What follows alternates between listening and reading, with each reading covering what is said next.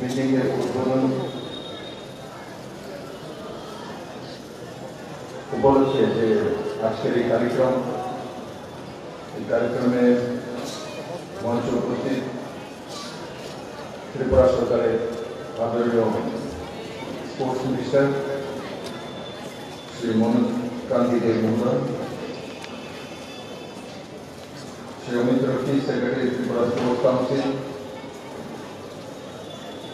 Padmashri Dipa Karmakar, director sports, উপস্থিত সমস্ত sports প্রেমিকগণ, অন্যান্য অ্যাথলেটিক্স ভাই বোনেরা, কোচ এবং স্পোর্টস ডিপার্টমেন্ট সহ এই সংস্থানের সমস্ত পদাধিকারী, মিডিয়ার বন্ধুরা, শুধু নাগরিকবৃন্দ,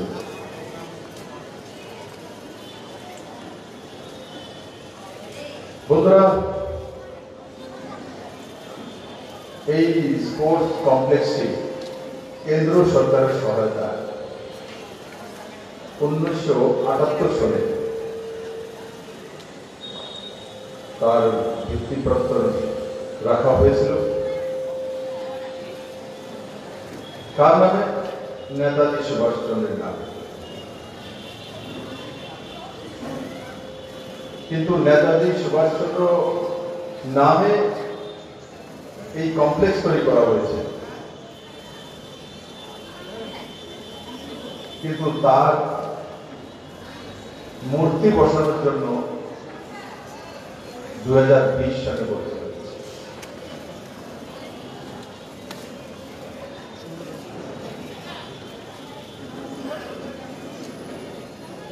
বিদেশি মূর্তি ত্রিপুরা রাজ্যের আনাচে কোনাচে অনেক বসে গেছে। স্বাধীনতা সংগ্রামী, ভারতের বীর পুত্র, আমাদের গর্ব নেতাজি সুভাষচন্দ্রের নামে কমপ্লেক্স 1978 সালে, আজকে 2020 সালে গিয়ে তার মুক্তি লেগেছে। তার কারণ একবার ভাবা দরকার, কেন এতদিন লাগে, কি তার পেছনে কারণ? তার পেছনে একটাই কারণ, রাজনীতি সীমাবদ্ধ। বড় দুঃখ, বিদেশে অনেক পুতলা ত্রিপুরাতে লেগে গেছে, আনাচোপন আছে,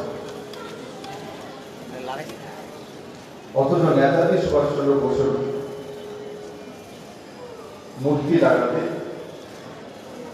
আজকে এতটা বছর সময় লাগবে। তার জন্য আমি বলি, সত্তা তো পরিবর্তন হয়েছে,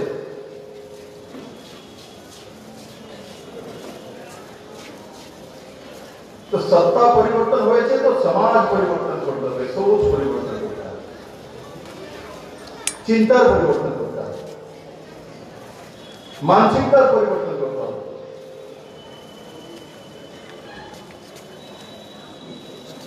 মানসিকতার পরিবর্তন ঘটেছে, और তার রেজাল্ট আজকে নেতাজি সুভাষচন্দ্র বসু স্ট্যাচু এখানে আনাবরণ হয়েছে। তার আগে কি ত্রিপুরার মানুষ চাইতো? এখানে যারা প্র্যাকটিস করার জন্য আসতো, তাদের মনে প্রশ্ন আসতো না যে এখানে একটা নেতাজি সুভাষচন্দ্রের কমসে কম একটা ফটো তো কমসে কম লাগুক, ক্যালেন্ডার একবার তো কাউ মনে আসেনি, আসলেও ভয়ে বলার হিম্মত নেই।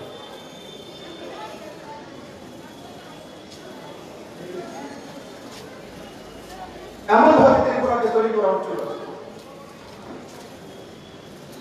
স্পোর্টসের নামে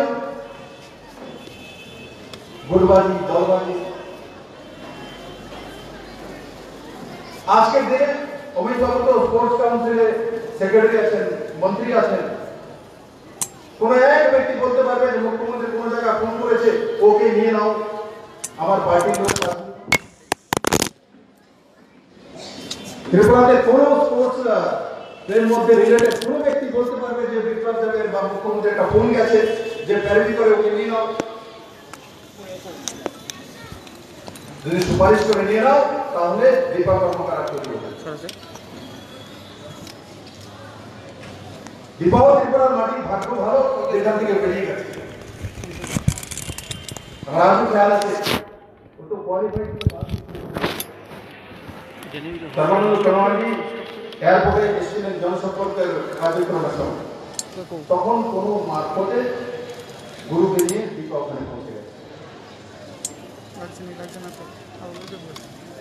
সময় হয়তো শেষ হয়ে গেছে, এমনটা কিছু হয়েছিল, কোয়ালিফাই করে আমরা সর্বানন্দ সম্মানিত দিলাম দাদা আমাদের ত্রিপুরার মেয়ে করে দেখা তারপর ত্রিপুরাকে দুনিয়ার সামনে তুলে ধরে। আচ্ছা আমার গর্ব হয় যে আমার কাছে এমন একটা সোনার মেয়ে আছে।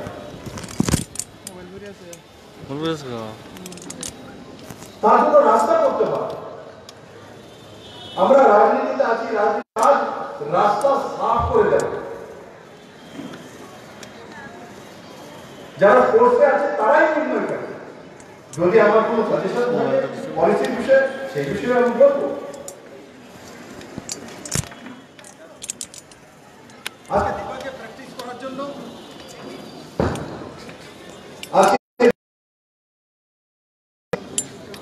ভারতবর্ষের সবচেয়ে শ্রেষ্ঠ জিমন্যাস্ট এখানেই তৈরি হয়ে গেছে। আর না হলে দৌড়ে দৌড়ে দিল্লি যাওয়া আসা প্র্যাকটিস করা, তারপর বিভিন্ন যে মিট হয়েছে তার জন্য পুরো দুনিয়াতে ঘোরা। আমাকে এবার বলছিল দীপা দুর্গা পূজার সময়, বলে স্যার এবার কোভিড-19 কারণে এই প্রথমবার দুর্গা পূজার সময় বাড়িতে পুরো থাকার সুযোগ করে। এত সোজা কেউ ভাবে যে দৌড়ে যদি দীপা জাম করে দিয়েছে সবাই করে যাবো, বহু কষ্ট করে হয়েছে, সারাদিন পরিশ্রম করতে হয়। ওইদিন দীপার আমি ইন্টারভিউ শুনছিলাম, তখন আমি জিজ্ঞাসা করি কিন্তু ইন্টারভিউ বলছিল যে আমি শুধু রবিবার একটু ঘুমোতে পারি, বাকি 6 দিন লাগাতার প্র্যাকটিস করতে হয়, তারপরে দীপা কর্মকার চলে যায়।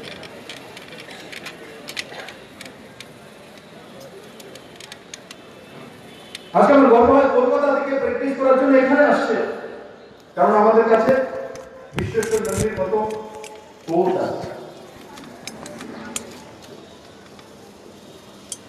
আজকে এখানে দাঁড়িয়ে 10টা ছেলেমেয়ের নাম বলতে পারি যারা ন্যাশনাল মিট করেছে, ইন্টারন্যাশনাল মিট করেছে।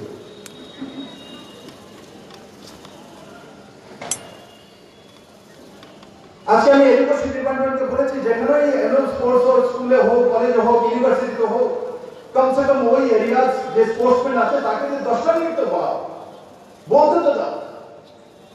আজকে আমরা এই মঞ্চ থেকে বলছি, কিন্তু দীপাকে যদি না দেওয়া হতো তাহলে কি এখানে যারা খেলকুদ প্রেমী আছে, যারা স্পোর্টসম্যান আছে তাদের মধ্যে ইন্সপিরেশন আসতো?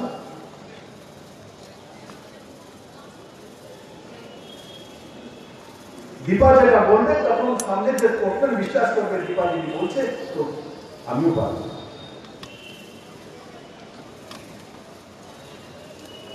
প্রমাণিত স্বপ্ন আমরা দেখি, কিন্তু সাকার করার জন্য প্রমাণিত নরেন্দ্র মোদী দেশের প্রধানমন্ত্রী স্বপ্ন দেখেন কিন্তু তাকে সাকার করেন, প্রমাণিত করেন। তার জন্য ভারতবর্ষের শ্রেষ্ঠতম প্রধানমন্ত্রী মোদী একজন, পুরো দুনিয়া তার নাম মানে, তার কাজ তারিফ করে। কারণ নরেন্দ্র